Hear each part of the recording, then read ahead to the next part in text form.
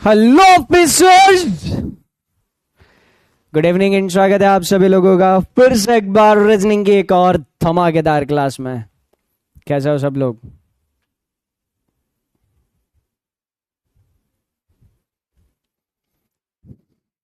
उम्मीद है सब लोग एकदम बढ़िया है। और जितने भी बढ़िया आप है उससे कई ज्यादा बढ़िया आपकी तैयारी चल रही है। चलो बताओ एक बार सब लोग कैसे हो फटाफट, है ना? ऑल गुड, बढ़िया, ठीक है। हाँ, अभी जस्ट आपकी बैच में आने से पहले अल्टीमेट बैच में लेक्चर लेके आया हूँ, ठीक है। तो अल्टीमेट बैच में एक चीज़ मैंने कही वहाँ पर स्टूडेंट से, आप लोगों को भी कह देता हूँ, फिर अपने लेक्चर की शुरुआत करते हैं। देखो, not as a teacher but as a brother, एक भाई की तरह एक चीज़ मैं आपको बता रहा हूँ। आई होप कि आप सब लोगों को पता है कि आज क्या हो रहा है हमारे देश में, है ना? मेरे हिसाब से कोई उस बात से अनजान नहीं है और होना भी नहीं चाहिए। एक छोटी सी चीज आप लोगों को कहूंगा और फिर आगे चलूंगा। एक स्टेटमेंट है जो मुझे मेरे सर ने बताया था जब हम एथिक्स पेपर का डिस्कशन कर रहे थे, मतलब यूपीएससी की तैयारी में एक एथिक्स का पेपर होता है। तो एथिक्स के पेपर का डिस्कशन चल रहा था और वहां पर एक चीज मुझे बताई थी। अभी ये जो पॉइंट कह रहा हूं ना, ये एनालिटिकल रीजनिंग के पॉइंट ऑफ व्यू भी हमारे लिए इंपॉर्टेंट है। क्योंकि आप जब ऑफिसर बनोगे ना, तो आप एक रिस्पॉन्सिबल चेयर में जाके बैठोगे, है ना? आपको कुछ डिसीजंस की रिस्पॉन्सिबिलिटी उठानी पड़ेगी, आप कुछ चीजों के लिए जिम्मेदार रहोगे। तो जो भी इंसान एक चेयर में बैठता है ना, उसके थॉट्स का बैलेंस्ड होना बहुत जरूरी होता है। बैलेंस्ड थॉट चाहिए। एनालिटिकल रीजनिंग आपकी यही एबिलिटी चेक कर रहा है, अगर आपको अभी तक समझ में आ गया है तो, कि किसी भी सिचुएशन में एक्सट्रीम डिसीजंस आप नहीं ले रहे हो, है ना? किसी भी तरीके से आप मतलब कोई भी अनएथिकल डिसीजन नहीं ले रहे हो, है ना? किसी भी तरीके से आप प्रेशर में नहीं आ रहे हो। ये आपकी क्वालिटी चेक कर रही है। करने के लिए एनालिटिकल रीजनिंग टॉपिक होता है, ठीक है। तो बस मुझे यही बताना है कि बहुत बार मैंने ये चर्चा सुनी है, खासकर यंगस्टर्स में, कि पॉलिटिक्स से अपना क्या ही लेना देना। मतलब मैंने यहां तक भी कुछ स्टेटमेंट सुने हैं, अरे वो तो उन लोगों को जो करना है वो करते रहता है, हमें क्या उस चीज से। नहीं, you are the part of it, है ना? Do have some opinion. आपका अपना खुद का ओपिनियन होना जरूरी है। मैं आपको बिल्कुल भी नहीं बता रहा हूं कि आपका ओपिनियन क्या होना चाहिए, कौन से आइडियोलॉजी को आपको सपोर्ट करना चाहिए, किसको नहीं करना चाहिए। That is your choice based on your intellect. आप जिस लॉजिकल तरीके से सोच सकते हो, based on your fact analysis, based on your study, आप जिस आइडियोलॉजी के साथ जाना चाहते हो जा सकते हो। बट यस, आपकी अपनी खुद की एक आइडियोलॉजी होनी जरूरी है ना? तो आप लोगों को इसलिए बता रहा हूं ताकि न्यूट्रलिटी हम लोगों के अंदर ना रहे। कभी भी इन चीजों के मामले में न्यूट्रल कभी भी नहीं रहना है। यस, क्योंकि न्यूट्रल रहने से किसी का फायदा नहीं है। और एथिक्स के पेपर में एक स्टेटमेंट हमारे सर ने हमें बताया था, not taking decision is the worst decision. Analytical reasoning में भी आज मैं आपको वही चीज समझाने वाला हूं कि कोई डिसीजन ना लेना ये बेकार डिसीजन होता है। कुछ तो डिसीजन लो, ठीक है? चलिए, तो आज के सेशन की शुरुआत करते हैं। बट उससे पहले अभी तक जो भी चीजें हम लोगों ने डिस्कस करी है, A to Z सारी की सारी चीजें क्लियर है तो एक लिखो। A to Z सारी की सारी चीजें क्लियर है तो एक लिखो, है ना? तो आप ऑफिसर की चेयर में बैठने वाले हो, आप इस देश के जिम्मेदार नागरिक हो चुके हो। बस उस जिम्मेदारी का थोड़ा बहुत एहसास मैं मेरे एंड से दिलाने की कोशिश कर रहा हूँ। इसीलिए कहा not as a teacher, as a भाई मैं आपको ये चीज़ बता रहा हूँ। एंड आई होप कि आप सभी लोग इस चीज़ को फॉलो करेंगे, है ना? Do take active participation in this type of discussions. कहीं पे भी कोई भी ऐसे डिस्कशन चल रहे हो, पहले मैं भी था उसी मोड में था, है ना, क्योंकि आप जिस एज में, आप जिस थॉट प्रोसेस में अभी रह रहे हो, कभी मैं उस थॉट प्रोसेस में था, बट एक बाद में समझ में आया, नहीं, I am the part of India and somehow I am responsible either this way और दैट वे, या इस तरीके से नहीं तो उस तरीके से मैं इस देश की तरक्की के लिए, इस देश के आगे बढ़ने के लिए कहीं ना कहीं किसी ना किसी तरीके से रिस्पॉन्सिबल हूं। कुछ नहीं करना है, अपनी रिस्पॉन्सिबिलिटी बस ईमानदारी से निभानी है, दैट्स इट, बाकी कुछ नहीं करना है। आप बाकी कुछ नहीं भी कर पाए, इतनी चीज अगर कर ली, मोर देन इनफ, है ना। ट्रू आपके लिए, अगर आप अपनी खुद की रिस्पॉन्सिबिलिटी अच्छे से डे टू डे लाइफ में निभा रहे हो, आपका भविष्य अच्छा होगा, आपका भविष्य अच्छा है, आपके घर का भविष्य अच्छा होगा, आपके घर का भविष्य अच्छा है, आपके तालुके का होगा, फिर डिस्ट्रिक्ट का, डिस्ट्रिक्ट के बाद आपकी स्टेट का, स्टेट के बाद देश का, सब अच्छा है। शुरुआत अपने से करो, है ना। चलिए, coming back to the analytical reasoning. ठीक, अब एनालिटिकल रीजनिंग हम डिस्कस करते हैं। कौन सा टॉपिक डिस्कस करना है? कौन सा टॉपिक डिस्कस करना है बताओ? हमें आज डिस्कशन करना है स्टेटमेंट एंड कंक्लूजन्स। ओके, तो कल हम लोगों ने एक चीज डिस्कस करी थी। क्या डिस्कस करा था कल? पेन किधर गया?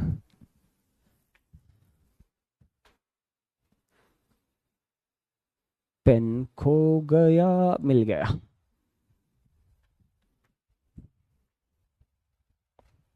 चलिए, कल हम लोगों ने एक चीज डिस्कस करी थी, कोई भी इंसान कोई भी चीज बोलता है या करता है ना, किसी भी इंसान ने कोई भी चीज बोली है,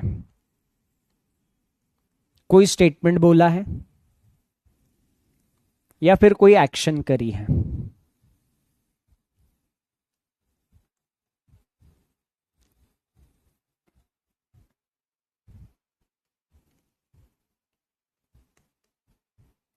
कोई स्टेटमेंट बोला है या फिर कोई एक्शन करी है।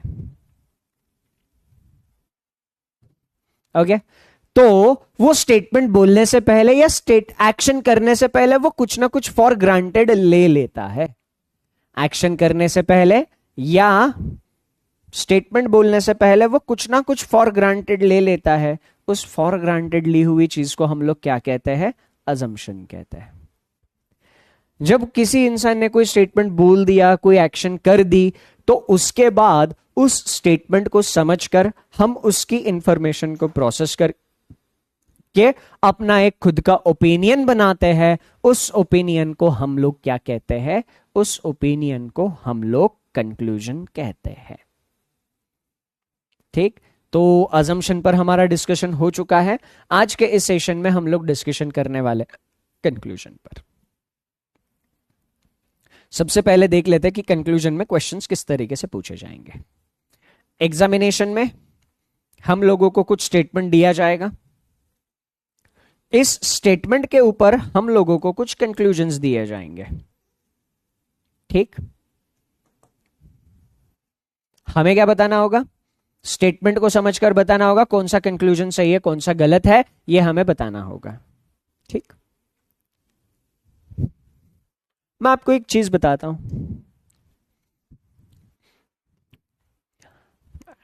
अभी जहां तक मैं सोच पा रहा हूं, जहां तक मुझे याद आ रहा है कि लेटेस्ट मूवी जो मैंने देखी है वो जवानी देखी है, जहां तक मुझे याद आ रहा है ना। तो अगर मैं आप लोगों को बता दूं कि अभी रिसेंटली, मैंने रिसेंटली नहीं, बहुत पहले हो गया, बट एग्जाम्पल के लिए अभी मैंने जवान मूवी देखी और मुझे बहुत पसंद आई। अगर मैं ऐसा स्टेटमेंट आपको दे रहा हूं, अभी मैंने जवान मूवी देखी और वो मुझे बहुत ज्यादा पसंद आई, अगर मैं ऐसा स्टेटमेंट दे रहा हूं, तो क्या आप इस स्टेटमेंट से ये ओपिनियन बना सकते हैं मैं शाहरुख खान का जबरा फैन हूं? बताओ, बना सकते हो क्या ये ओपिनियन? क्या आप ये कंक्लूजन निकाल सकते हो?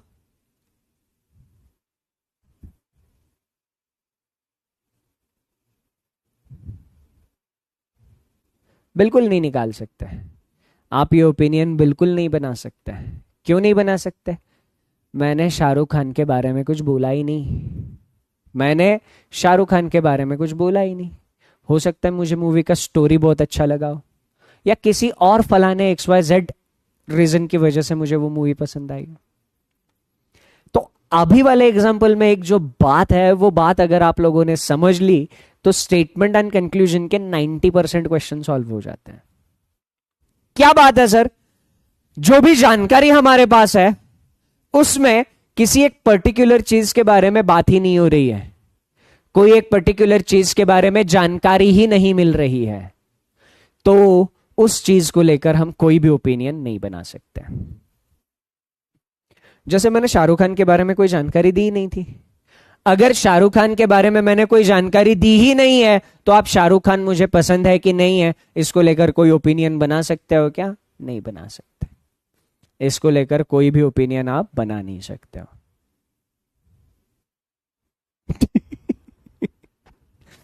ठीक है, समझ में आ गया? अगर किसी पर्टिकुलर चीज के बारे में हमारे पास इंफॉर्मेशन है नहीं, उसके बारे में ओपिनियन बना नहीं सकते।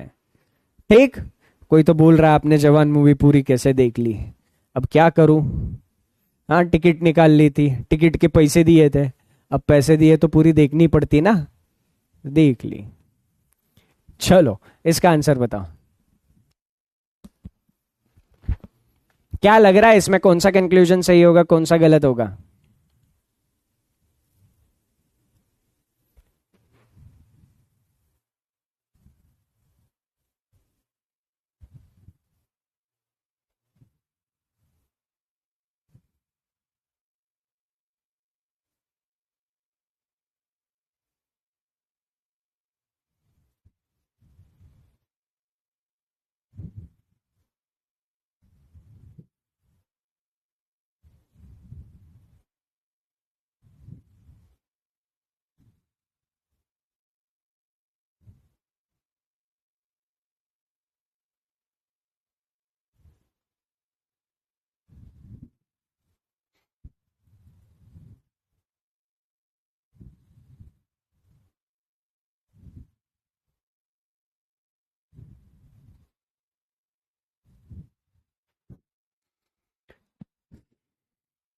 यही दिक्कत होती है ना? अब यहां पर थोड़े से डाइवर्स्ड आंसर मिले। कुछ लोग कह रहे पहला सही है, कुछ लोग कह रहे दूसरा सही है। देखो, हम सही ओपिनियन तब तक नहीं बना सकते जब तक हमें इंफॉर्मेशन सही से समझ में नहीं आई है। सही ओपिनियन सिर्फ तब बना सकते हैं जब इंफॉर्मेशन सही से समझ में आ चुकी हो। तो यहां पर क्या बोला है सर? यहां पर हम लोगों को बोला है एक वनडे क्रिकेट मैच में किसी एक टीम ने टोटल 200 रन बनाए हैं। किसी एक टीम ने टोटल 200 रन बनाए हैं, उसमें से 160 रन स्पिनर्स ने बनाए हैं। उसमें से 160 रन स्पिनर्स ने बनाए हैं। इतनी इंफॉर्मेशन है। 200 में से 160 रन स्पिनर का कंट्रीब्यूशन है। टीम में 80% स्पिनर्स है। शाबाश, पहला कंक्लूजन सही बोलने वाले लोगों को शाबाश।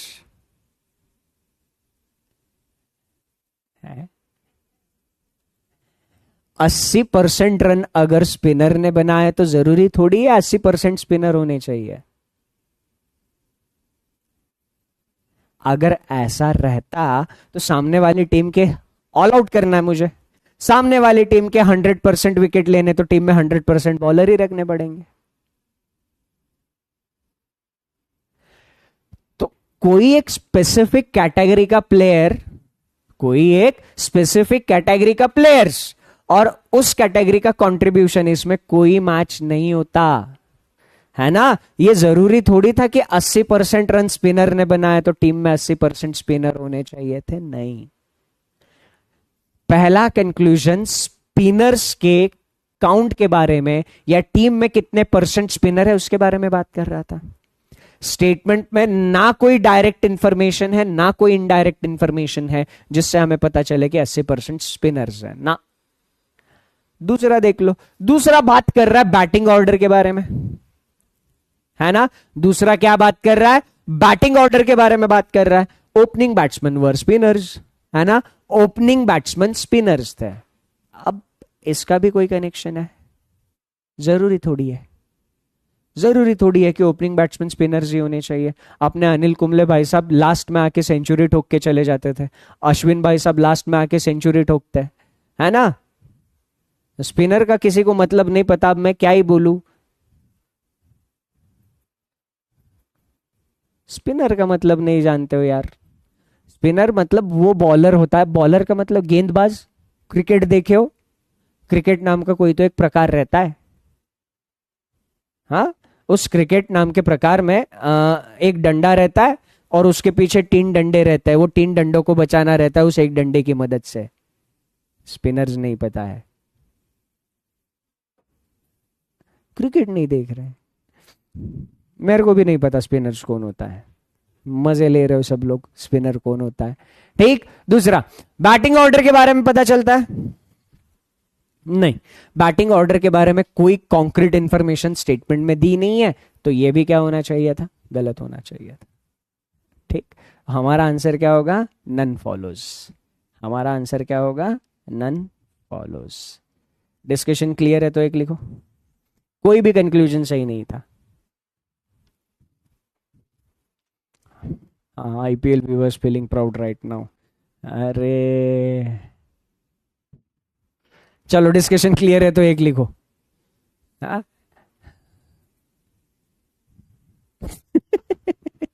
हरभजन सिंह बॉलर होके मारता था घुमा के, बात तो सही थी। चलिए अगला क्वेश्चन देख लो।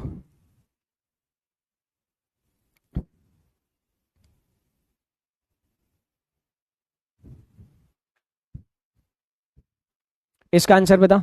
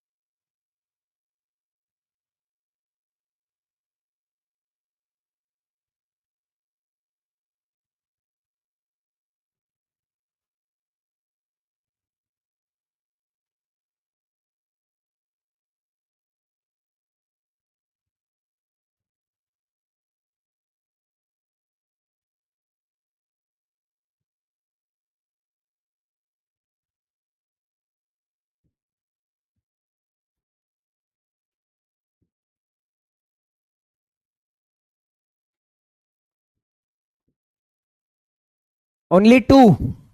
Population increase coupled with depleting resources is going to be the scenario of many developing countries in days to come. क्या होने वाला है? ज्यादातर डेवलपिंग कंट्रीज के साथ ऐसी सिचुएशन होने वाली है कि उनका पॉपुलेशन बढ़ते जाएगा और उनके रिसोर्सेस कम होते जाएंगे। पॉपुलेशन बढ़ेगा और रिसोर्सेस कम होंगे, और यही सिनेरियो बहुत सारी डेवलपिंग कंट्रीज का होने वाला है आने वाले दिनों में।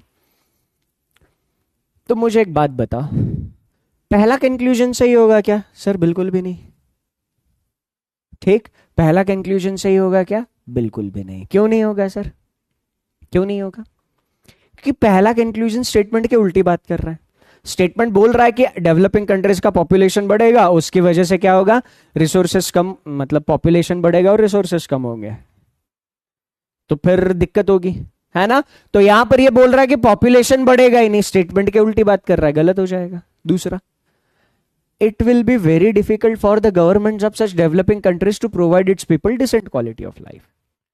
जो भी उन कंट्रीज की गवर्नमेंट है जिनमें यह मामला सामने आने वाला है, उन कंट्रीज की गवर्नमेंट को थोड़ा सा दिक्कत देने वाला है कि आने वाले दिनों में मतलब अपने लोगों को एक अच्छी क्वालिटी ऑफ लाइफ देने में। बात तो सही है ना सर? पॉपुलेशन बढ़ेगा और रिसोर्सेस कम होंगे तो अच्छी क्वालिटी ऑफ लाइफ दे पाएंगे क्या हम? नहीं, अच्छी क्वालिटी ऑफ लाइफ हम दे ही नहीं पाएंगे ना, है ना। मतलब एक घर है जिसका मंथली इनकम 1000 रुपया है, उस घर में 2 लोग हैं, ये ए घर की कहानी है। अब एक घर बी है, इस बी घर में भी 1000 रुपए का इनकम सोर्स है, ठीक, पर इस घर में 10 लोग रहते हैं, कौन से घर का स्टैंडर्ड ऑफ लिविंग अच्छा होगा? सर जाहिर सी बात है दोनों के कंपैरिजन में, इन दोनों को अगर मैं कंपैरिजन करूं तो इसका स्टैंडर्ड ऑफ लिविंग इसके कंपैरिजन में अच्छा होगा। क्यों? क्योंकि लोग कम, रिसोर्सेज ज्यादा, रिसोर्सेज कम, लोग ज्यादा। यही सिनेरियो इधर होगा। तो भले फर्स्ट स्टेटमेंट में इसके बारे में डायरेक्ट इंफॉर्मेशन नहीं थी, बट जो भी इंफॉर्मेशन दी थी उसको प्रोसेस करके सेकंड ओपिनियन हम बना सकते थे। तो हमारा आंसर क्या आना चाहिए था यहां पर? हमारा आंसर आना चाहिए था only second follows. Discussion clear है तो एक लिखो। Only second follows, discussion clear है तो एक लिखना।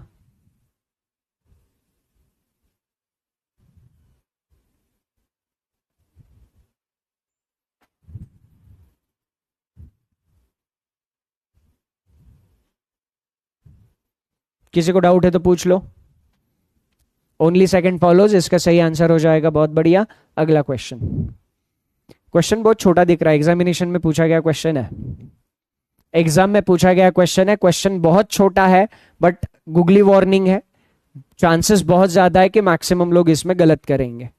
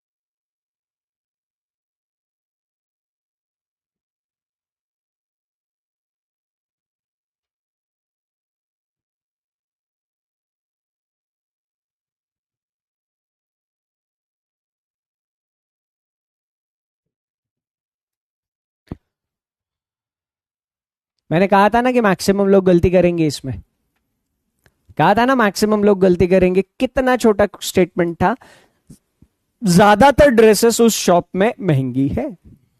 स्टेटमेंट क्या है? उस शॉप में ज्यादातर ड्रेसेस महंगी है। उस शॉप में सस्ती ड्रेसेस है ही नहीं, बात गलत। हैंडलूम ड्रेसेस के बारे में स्टेटमेंट में कोई भी जानकारी नहीं है, बात गलत। Some dresses in that shop are expensive. Most और सम, क्या ये दोनों को एक दूसरे से रिप्लेस किया जा सकता है? मोस्ट और सम, क्या इन दोनों को एक दूसरे से रिप्लेस किया जा सकता है? यस, है ना। सिलॉजिज्म में हम लोगों ने देखा है, जिन लोगों ने सिलॉजिज्म नहीं पढ़ा हम लोग पढ़ेंगे, मोस्ट और सम आपस में रिप्लेस किए जा सकते हैं, एक ही होता है। सिलॉजिज्म जिन्होंने नहीं पढ़ा, जब सिलॉजिज्म डिस्कस करेंगे मैं बता दूंगा, जिन लोगों ने पढ़ा है उन लोगों को मालूम होगा। ठीक, मोस्ट और सम सेम ही होता है।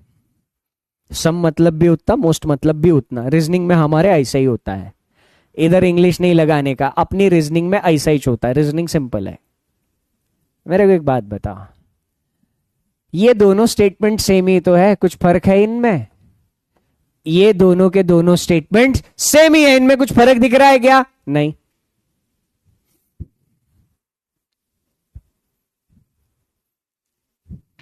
इनमें कुछ फर्क दिख रहा है क्या? नहीं, फर्क कुछ भी नहीं दिख रहा है, सेम ही तो है। Some dresses in that shop are expensive, some dresses in that shop are expensive. Most और सम रीजनिंग में सिनोनिम होते हैं, है ना।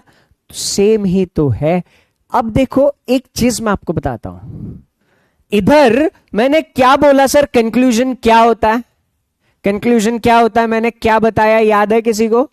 मैंने कहा था कि जो भी इंफॉर्मेशन हमें दी है उस इंफॉर्मेशन को प्रोसेस करने के बाद जो ओपिनियन हम बनाएंगे, जो भी इंफॉर्मेशन हम लोगों को दी है उस इंफॉर्मेशन को प्रोसेस करने के बाद जो भी हम अपना ओपिनियन बनाएंगे उस ओपिनियन को कंक्लूजन कहते हैं। मतलब इंफॉर्मेशन को प्रोसेस करने के बाद बनाया हुआ ओपिनियन, इंफॉर्मेशन को प्रोसेस करने के बाद बनाया हुआ ओपिनियन। इधर इंफॉर्मेशन को कुछ प्रोसेस किया हुआ दिख रहा है क्या? हाँ या ना सब लोग? क्या इंफॉर्मेशन प्रोसेस की हुई दिख रही है? ना मुन्ना ना, same information as it is repeat हुई थी, same information as it is repeat हो रही थी। रीजनिंग की लैंग्वेज में इसको कहते हैं रीस्टेटमेंट।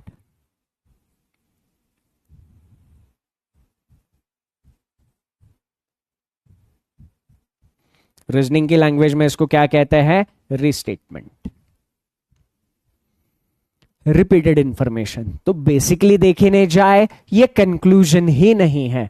जानकारी के हिसाब से देखेंगे तो लगेगा यार हाँ ये सही तो कह रहा है, बिल्कुल सही हो आप, ये बात बिल्कुल सही कह रहा है, बट दिक्कत क्या है सर? कंक्लूजन ही नहीं है, ये कंक्लूजन ही नहीं है, ये रीस्टेटमेंट था। तो रीस्टेटमेंट्स आर ऑलवेज फॉल्स। बात समझ में आ गई तो एक लिखना। मैंने कहा था ना गूगली क्वेश्चन है, हाँ एग्जामिनेशन में पूछा गया क्वेश्चन। ठीक, अब तीसरा क्या है? तीसरा था कि there can be cheap dresses in that shop as well. Yes, उस शॉप में सस्ती ड्रेसेस हो सकती है। तो यहां पे आंसर क्या आना चाहिए था? आंसर आना चाहिए था only third follows, only third follows.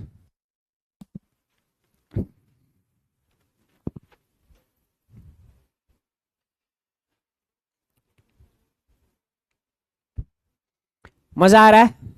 Analytical reasoning में मजा आ रहा है? अगला एक ट्रिकी क्वेश्चन दो, अगले दो क्वेश्चंस है ट्रिकी होंगे, बहुत मजा आएगा, बहुत मजा आएगा अगले क्वेश्चन में। अगला क्वेश्चन भी छोटू सा ही है, लगने के लिए छोटा है, आंसर में मजा आएगा। ठीक, पिछले क्वेश्चन का डिस्कशन क्लियर है तो वाई लिखना।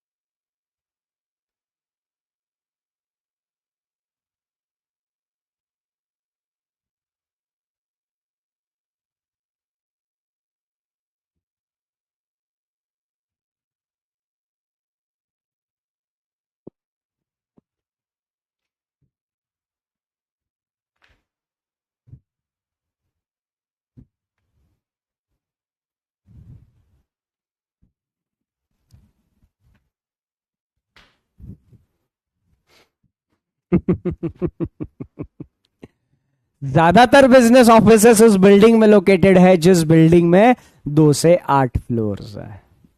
ज्यादातर बिजनेस ऑफिसेस उन बिल्डिंग्स में लोकेटेड है जिनमें 2 से 8 फ्लोर्स हैं। अगर बिल्डिंग में 3 से ज्यादा फ्लोर्स है तो उस बिल्डिंग में लिफ्ट है। It has a lift, it has a lift यानी बिल्डिंग में लिफ्ट है। अब देखना, बिल्डिंग में अगर 3 से कम फ्लोर है, बिल्डिंग में अगर 3 से कम फ्लोर है यानी 3 फ्लोर है, 2 फ्लोर है, 1 फ्लोर है। अगर बिल्डिंग में 3 या 3 से कम फ्लोर है तो क्या उस बिल्डिंग में लिफ्ट रहेगी? हाँ या ना? बिल्डिंग में अगर 3 या 3 से कम फ्लोर है तो क्या उस बिल्डिंग में लिफ्ट रहेगी? ना। अगर 3 से ज्यादा फ्लोर रहेंगे तो उस बिल्डिंग में लिफ्ट रहेगी, इसमें नहीं रहेगी। 3 से ज्यादा है ना? ये पिक्चर समझ में आ गया? सारे के सारे फ्लोर्स पर लिफ्ट से पहुंचा जा सकता है। सर ये वाली चीज इस बिल्डिंग के लिए सही है, सारे फ्लोर्स पर लिफ्ट से पहुंचा जा सकता है, इसके लिए सही है, इसके लिए नहीं। इसमें लिफ्ट ही नहीं है, कहां से जाओगे सारे फ्लोर्स पे लिफ्ट से? ऑप्शन 1 बोलने वालों, भाई साहब इसमें लिफ्ट ही नहीं है। तो ये वाला सीन इस बिल्डिंग के लिए सही हुआ, इस बिल्डिंग के लिए गलत हुआ। कंक्लूजन सही सिर्फ तभी होता है जब वो सारे केसेस में, सारे सिनारियोज में सही हो, है ना? ऐसे नहीं चलेगा सर इसमें सही हो रहा है इसमें गलत हो रहा है, ऐसे नहीं चलेगा मुन्नास। हो सही हो रहा है तो सब में सही होना चाहिए।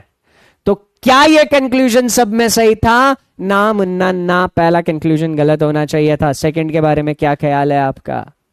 सेकंड के बारे में क्या ख्याल है? Only floors above the third floors have lift, सिर्फ तीसरे के ऊपर वाले फ्लोर्स पर लिफ्ट है, ऐसे थोड़ी बोला है। सिर्फ 3 के ऊपर वाले फ्लोर्स पर लिफ्ट है, ऐसे थोड़ी बोला है हमें, ऐसे बोला ही नहीं है, ऐसे बोला ही नहीं है। ठीक, देखो इस किस में होगी? बिल्डिंग में लिफ्ट होगी।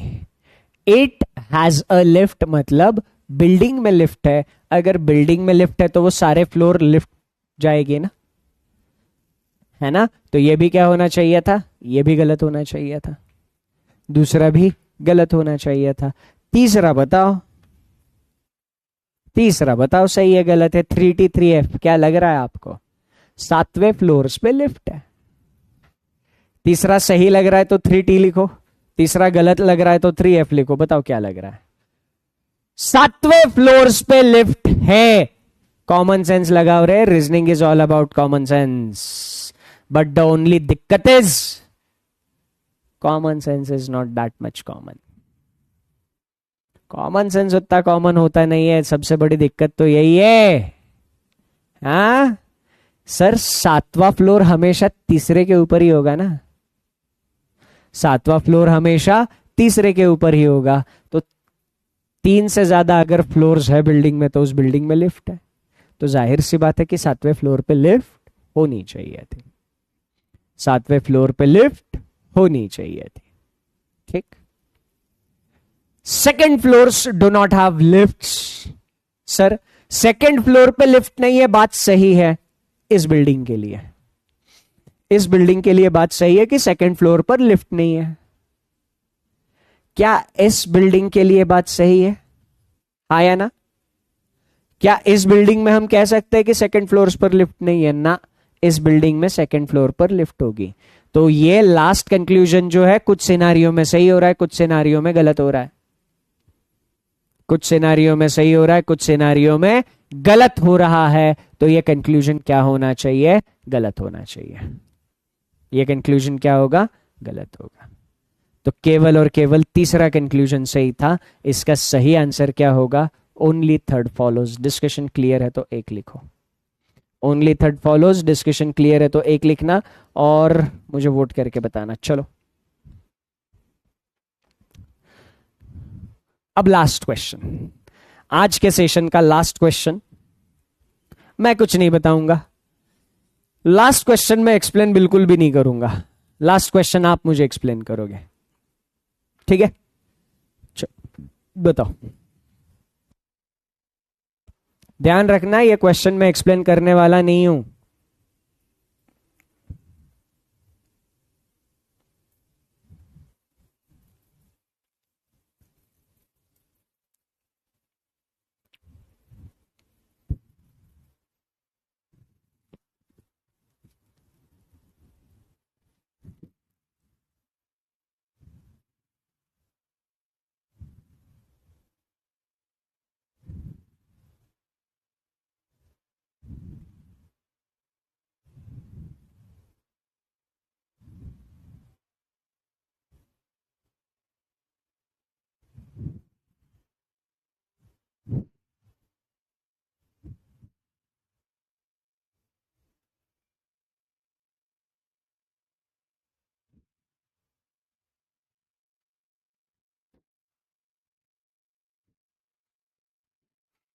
सेकंड वाले स्टेटमेंट में दिक्कत क्या है विकास?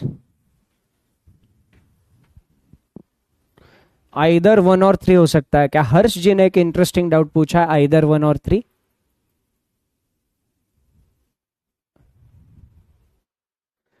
हर्ष थोड़ा सा पेशेंस रखना, ये क्वेश्चन टैकल करना, मैं आइदर 1 और 3 का आपको एक्सप्लेन करता हूं, ठीक है?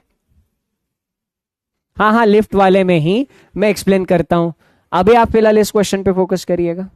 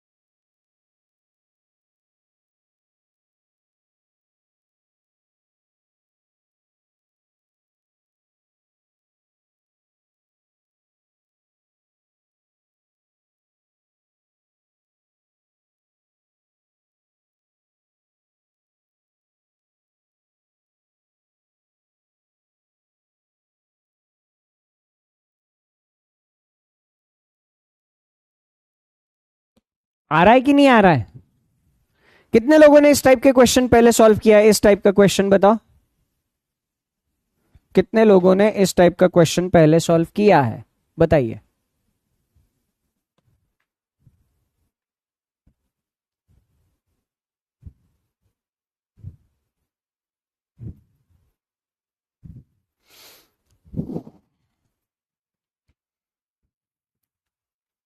बहुत बढ़िया। नहीं किया है? सब लोग झूठ बोल रहे हो जिन्होंने कहा कि नहीं किया, आपने इस टाइप के क्वेश्चन सॉल्व किए हैं।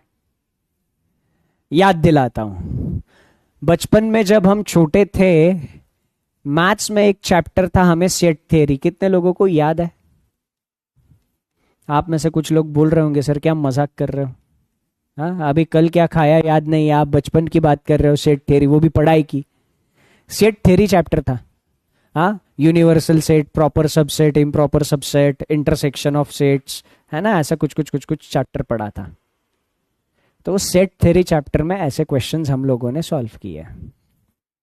अगर वो चैप्टर याद नहीं आ रहा है तो आपने डेटा इंटरप्रिटेशन पढ़ा है मैथ्स में, क्वांट में?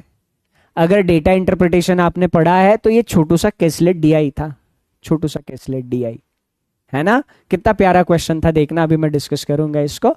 एक क्लास में 3/4 बॉयज क्या खेल रहे थे? फुटबॉल खेल रहे थे। 3/4 of the boys, total boys हम 20 मान लेते हैं, तो टोटल बॉयज का 3/4 काउंट क्या खेल रहा था? फुटबॉल खेल रहा था। टोटल बॉयज का 3/4 काउंट फुटबॉल खेल रहा था। 1/2 क्रिकेट। आधे बॉयज, जितने भी बॉयज है उससे आधे बॉयज क्या खेल रहे थे? क्रिकेट खेल रहे थे। 1/4 of those who play cricket, जितने लोग क्रिकेट खेल रहे, कितने खेल रहे? Half of boys. जितने लोग क्रिकेट खेल रहे, क्रिकेट इतने लोग खेल रहे, क्रिकेट खेलने वालों का 1/4, जितने भी लोग क्रिकेट खेल रहे थे उसका 1/4 फुटबॉल नहीं खेलता, इसका 1/4 फुटबॉल नहीं खेलता। लैंग्वेज समझ में आई? क्रिकेट खेलने वालों का 1/4 फुटबॉल नहीं खेलता, मतलब ये लोग क्रिकेट खेलेंगे, फुटबॉल नहीं खेलेंगे। जो भी लोग क्रिकेट खेल रहे थे उन क्रिकेट खेलने वालों का 1/4 पोर्शन फुटबॉल नहीं खेल रहा। मतलब क्रिकेट तो खेलेंगे पर फुटबॉल नहीं खेलेंगे। दूसरी लैंग्वेज में मैं इसको ऐसे बोल सकता हूं कि ये ओनली क्रिकेट खेलने वालों का काउंट है। ओनली क्रिकेट खेलने वालों का काउंट है, ऐसा बोल सकते हैं हम। यहां तक सबको समझ में आ गया? यहां तक किसी को कोई डाउट? अब इन क्वेश्चंस को हम कैसे सॉल्व करते हैं? वेन डायग्राम बना के, है ना। ये सर्कल है जिसमें क्रिकेट खेलने वाले लोगों को रिप्रेजेंट किया जाएगा, ये सर्कल है जिसमें फुटबॉल खेलने वाले लोगों को रिप्रेजेंट किया जाएगा।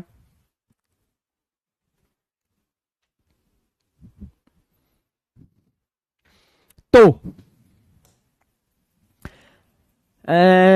अब हमें बॉयज का कुछ काउंट मानना पड़ेगा और यहां पे नंबर्स फिल करने पड़ेंगे। जो भी इस वाले पोर्शन में लोग होंगे वो क्या खेलेंगे? सिर्फ क्रिकेट खेलेंगे। तो ये कौन सा पोर्शन है? ये ओनली क्रिकेट खेलने वालों का पोर्शन है। ये कौन सा पोर्शन है? ये केवल और केवल फुटबॉल खेलने वालों का पोर्शन है। ये कौन सा पोर्शन है? क्रिकेट प्लस फुटबॉल दोनों खेलने वालों का पोर्शन है। ठीक, मुझे एक बात बताओ, अब बॉयज का काउंट क्या माने? बॉयज का काउंट क्या माना जाए? सब लोग मुझे बताओ, देखते हैं आपने मैथ्स कितने अच्छे से पढ़ा है अब तक। हाँ, बॉयज का काउंट क्या मान लू? ठीक है, आशुतोष बोल रहे 16 बॉयज मान लीजिए। कॉमर्स नहीं, ये स्कूल में पढ़ा है हमने, साइंस वाइंस का कोई कनेक्शन नहीं। स्कूल में कॉमर्स वॉमर्स कुछ नहीं होता, 6 स्टैंडर्ड में होता है कॉमर्स।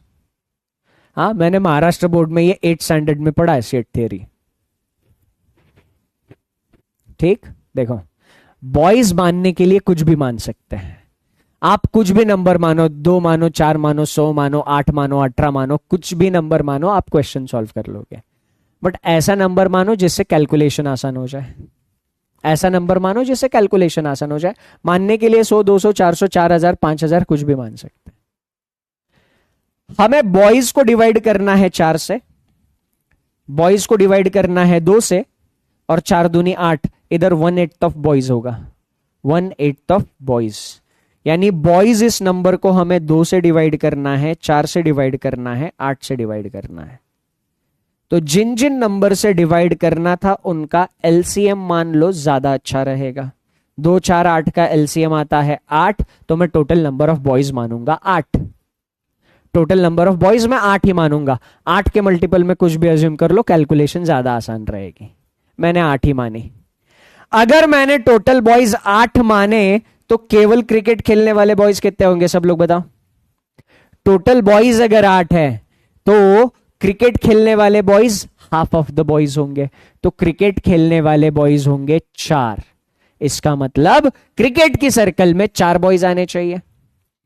फुटबॉल खेलने वाले बॉयज कितने होंगे? 3/4, है ना। 3/4 ऑफ 8 कितना आएगा? 6।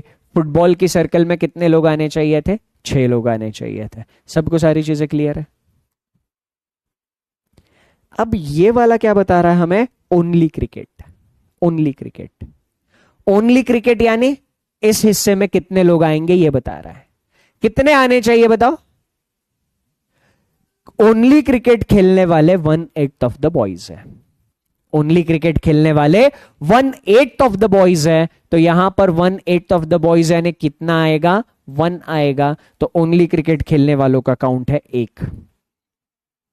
ओनली क्रिकेट खेलने वालों का काउंट है 1। सब लोग मेरे साथ?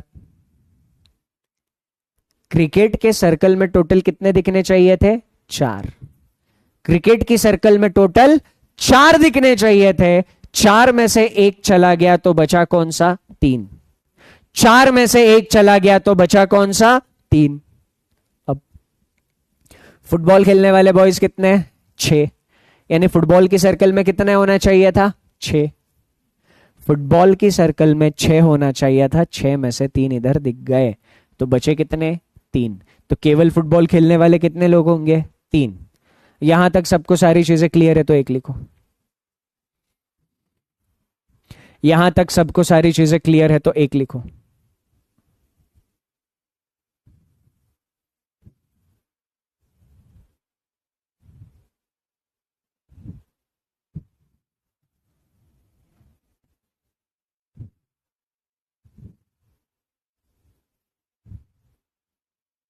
बहुत बढ़िया। सर मुझे एक बात बताओ, एक झोल है, हमने टोटल बॉयज माने कितने थे? 8। टोटल बॉयज कितने अज्यूम किए? 8। हमारे डायग्राम में कितने दिख रहे हैं? 3, 3, 6 और 1, 7। टोटल बॉयज माने थे 8, डायग्राम में दिख रहे हैं 7। एक कहां लापता है? एक बॉय कहीं तो गुम है। कहां गुम है बताओ? ये 6 कहां से आया? दिशा वीडियो रिवाइंड करके सुनना, 6 कहां से आया? अटेंटिवली लेक्चर देखते नहीं हो और फिर पूछते हो 6 कहां से आया। लेक्चर फिर से रिवाइंड करके देखो। एक कहां गया? देखो हमारे डायग्राम में 3 बॉयज केवल फुटबॉल खेल रहे हैं, 3 बॉयज क्रिकेट और फुटबॉल दोनों चीजें खेल रहे हैं, एक बॉय खेल रहा है केवल क्रिकेट, है ना? यस अर्पिता बिल्कुल सही कह रहे हो। एक ऐसा लड़का है जो कुछ नहीं खेलता, ना क्रिकेट खेलता है ना फुटबॉल खेलता है। एक ऐसा लड़का है जो क्रिकेट भी नहीं खेलता फुटबॉल भी नहीं खेलता। बहुत बढ़िया, ठीक, बहुत बढ़िया, है ना? बचपन में हम यही डायग्राम कैसे ड्रॉ करते थे? ऐसा एक बॉक्स ड्रॉ करके ये डायग्राम ड्रॉ करते थे और एक नंबर को ऐसे बाहर लिखते थे। याद आ गया? कितने लोगों को याद आ गया? अब ये डायग्राम समझ में आ गई है तो फ्रैक्शन निकालने में कोई दिक्कत होगी क्या? नहीं। अगर मैं आपको पूछूंगा कि कितने बॉयज, फ्रैक्शन बताओ उन बॉयज का जो केवल क्रिकेट खेलते हैं, तो केवल क्रिकेट खेलने वालों का फ्रैक्शन कितना आएगा? केवल क्रिकेट 1, कितने में से? 8 में से। तो ओनली क्रिकेट खेलने वालों का फ्रैक्शन आएगा 1/8। अगर मैं आपसे पूछूं कि क्रिकेट और फुटबॉल दोनों खेलने वालों का फ्रैक्शन बताओ, तो आप बोलोगे 3/8। 8 में से 3 लोग क्या खेलते हैं? क्रिकेट एंड फुटबॉल दोनों चीजें खेलते हैं, है ना? अगर मैं आप लोगों से केवल फुटबॉल खेलने वालों का फ्रैक्शन पूछूंगा, आप क्या बताओगे? 3/8। 3/8 of the total players play football. ठीक। अगर मैं आपको उन लोगों का फ्रैक्शन पूछूं जो क्रिकेट भी नहीं खेलते फुटबॉल भी नहीं खेलते, neither play cricket nor play football, उसका फ्रैक्शन क्या होगा? Neither cricket nor football, fraction होगा 1/8। चेक करो। 2/3 of the boys play only football. Only football 3/8 था, 2/3 नहीं था। 1/4 of the boys play neither cricket nor football. Neither cricket nor football 1/8 था, 1/3 नहीं था। 1/8 of the boys play neither cricket nor football. D is absolutely correct answer, है ना? ये मेरा सब्जेक्ट है नहीं, क्वांट है, ये मैथमेटिक्स है ना? बट पता नहीं उस साल एग्जामिनर को क्या हो गया था, उसने रीजनिंग में ये क्वेश्चन दे दिया। बहुत छोटू सा केसलेट डीआई है। आपने अगर केसलेट डीआई सीखा नहीं है तो मैथ्स में आगे जाके सीखने वाले हो, बट ये तो हमने स्कूल में सीखा हुआ है ना? ये स्कूल में सीखी हुई चीज है, तो इसमें मुझे नहीं लगता कि इसे कोई दिक्कत आनी चाहिए थी। सारा डिस्कशन क्लियर है तो एक लिखो। सारा डिस्कशन क्लियर है तो एक लिखो और मुझे वोट करके बताओ। चलो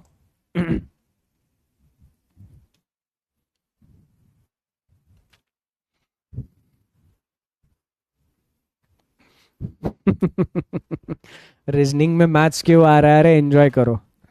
हाँ, रीजनिंग में मैथ्स आ रहा है तो एंजॉय करो ना उसको। कोर्स ऑफ एक्शन के क्वेश्चन सॉल्व करने में दिक्कत आ रही है अनु, आप एक बार रिवाइज कर लीजिए, है ना? एक बार थ्योरी वाला पार्ट फिर से सुन लीजिए और फिर देखिए जो क्वेश्चन गलत हो रहा है, क्यों गलत हो रहा है, कौन सा थॉट प्रोसेस आप नहीं लगा रहे हो। ये एक बार देख लोगे तो कोई दिक्कत नहीं आएगी। सीबीएसई बोर्ड में भी था आरित, है ना? मेरी बहन सीबीएसई बोर्ड से पढ़ी है ना? तो सीबीएसई बोर्ड में भी सेट थ्योरी नाम का चैप्टर था और ये चीजें स्कूल में हो रखी है ना? हाँ,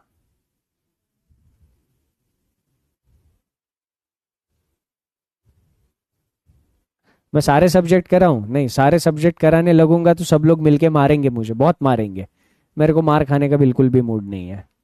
सीबीएसई में 11th क्लास में था, वही तो मैं बोल रहा हूँ कि ये हर जगह हो चुका है।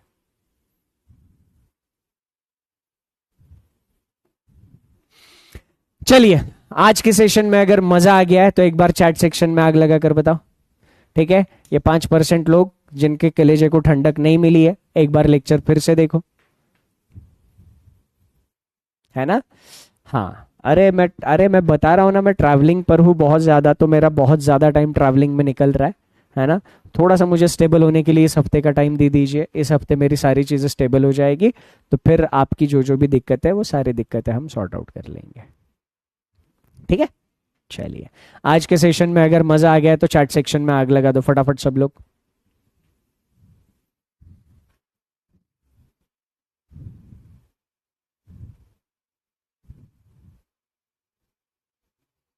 बहुत बढ़िया, चलिए। तो आज के सेशन में यहीं पर मैं आप लोगों से इजाजत लेता हूं। That's it from my side in this session. Thank you, take care and सबसे important enjoy your time. Bye bye.